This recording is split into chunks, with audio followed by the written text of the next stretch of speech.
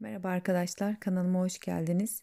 Bugün sizlerle yoğurmadan, şekil vermeden 5 dakikada hazırlayıp çay demlerine kadar kahvaltıya hazır edebileceğiniz harika, çok lezzetli bir poğaça tarifi vereceğim.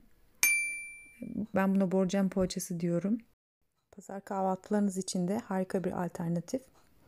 Şimdi isterseniz malzemelerle tarifimize başlayalım. Bir bardaktan 2 parmak eksik yoğurt, yarım su bardağı sıvı yağ, 2 yumurta, 2 yemek kaşığı sirke, 1,5 paket kabartma tozu, 1 tatlı kaşığı tuz, 2 yemek kaşığı oda ısısında tereyağı ve ben sucuk, doğranmış zeytin, böreklik yağlı beyaz peynir ve rendelenmiş mozzarella kullandım. Eğer siz içine farklı şeyler koymak isterseniz mesela sadece peynirli veya sadece sucuklu da yapabilirsiniz. Tamamen sizin damak tadınıza kalmış veya evdeki malzemeleriniz neyse ona göre de yapabilirsiniz. İlk başta poğaçamızın yapımına yumurtalarımızı kırarak başlıyoruz. Üzerine yoğurdumu, sıvı yağımı, oda ısısındaki tereyağımı ekliyorum ve bunları bir çatal yardımıyla güzelce çırpıyorum. Tuzumu da ekleyip iyice homojen kıvama gelene kadar çırpıyorum.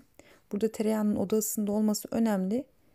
Oda ısısında olduğu için çok rahat bir çatal yardımıyla hiç elinizi bulaştırmadan, başka bir şeyde kirletmeden hızlıca eriyip homojen bir hale geliyor karışım. Diğer türlü tereyağını elimizin ısısıyla eritmek zorunda kalırız. Ama biz hiç elimizi bulaştırmadan pratik bir poğaça olmasını istiyoruz. O yüzden oda ısısındaki tereyağı da önemli.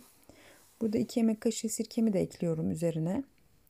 Yine onu da bir tur çırpıyorum. Sonra kabartma tozunu ekleyeceğim. Burada 1,5 paket kabartma tozu kullandım. Sebebi de şu. Hamuru bekletmiyorum. Yani yoğurur yoğurmaz hemen fırına atıyorum. Ondan dolayı çökmesini, böyle katı bir halde olmasını istemiyorum. Bundan dolayı 1,5 paket kabartma tozu ekledim. Unumu da burada kontrollü bir şekilde ekliyorum. Yaklaşık ben 2 bardak kadar, 2 su bardağı kadar un ekledim. Yine bunların gram hallerini veya bardak ölçülerini aşağıya yazacağım. Ama gördüğünüz gibi kaşık kaşık ekliyorum. Böylece kıvamını daha rahat kontrol edebiliyorum. Bu poğaçanın hamurunun yumuşak kıvamda olması gerekiyor. Ondan dolayı çok fazla un eklemememiz gerekiyor.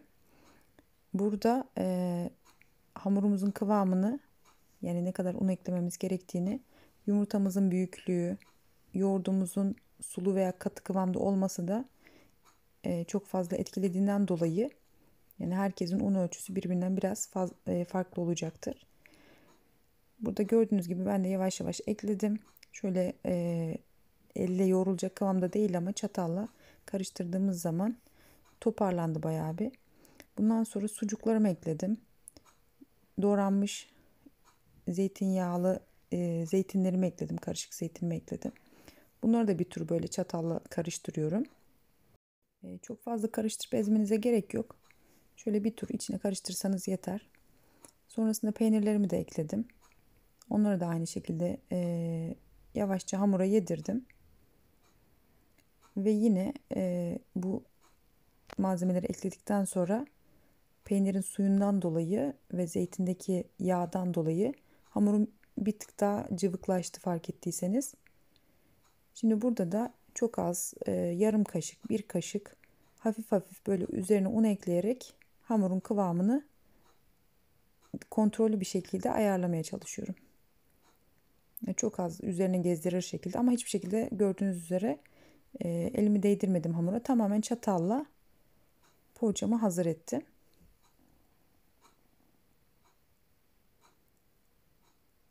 Bakın şöyle çok az toparlandıktan sonra hamura artık un eklemeyi bırakacağım. Bu arada fırınımı poğaçayı yapmaya başlamadan önce 190 veya 200 derece fanlı dereceye ayarladım. Fırınım ısındı. Ben poğaça hamurunu hazırlayana kadar bir borcamın içine veya bir fırın tepsisinin içine yağlı kağıt serdim. Elimi sürmemek için, yine arkadaşlar çatalla veya kaşıkla yayabilmek için Bu yağlı kağıdın üzerine de biraz sıvı yağla yağlıyorum ki hamurum daha rahat, daha kolay şekil alsın.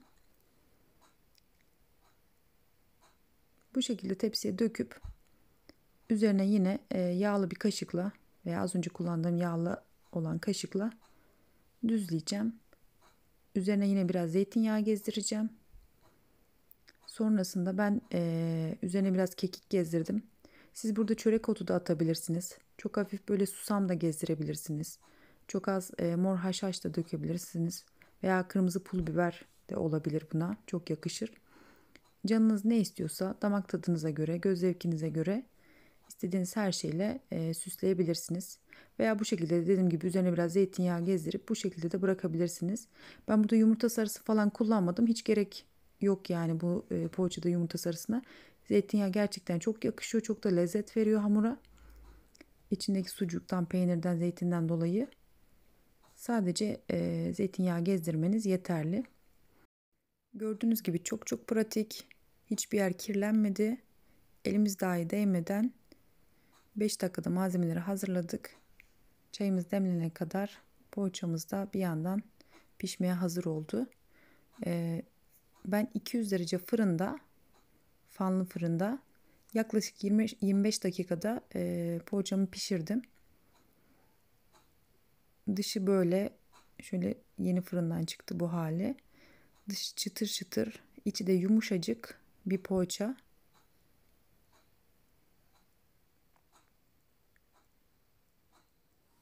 Burada fırından almadan önce altının pişip pişmediğine bakarsanız, eğer altı piştiyse, üzeri de kızardıysa zaten poğaçamız olmuştur arkadaşlar.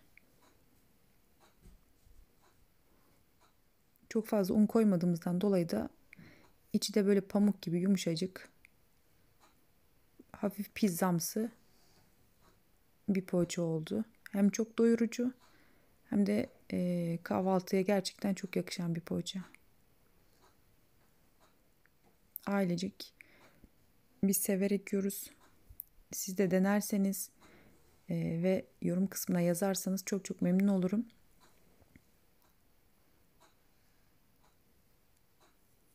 Deneyeceklere şimdiden afiyet olsun diyorum.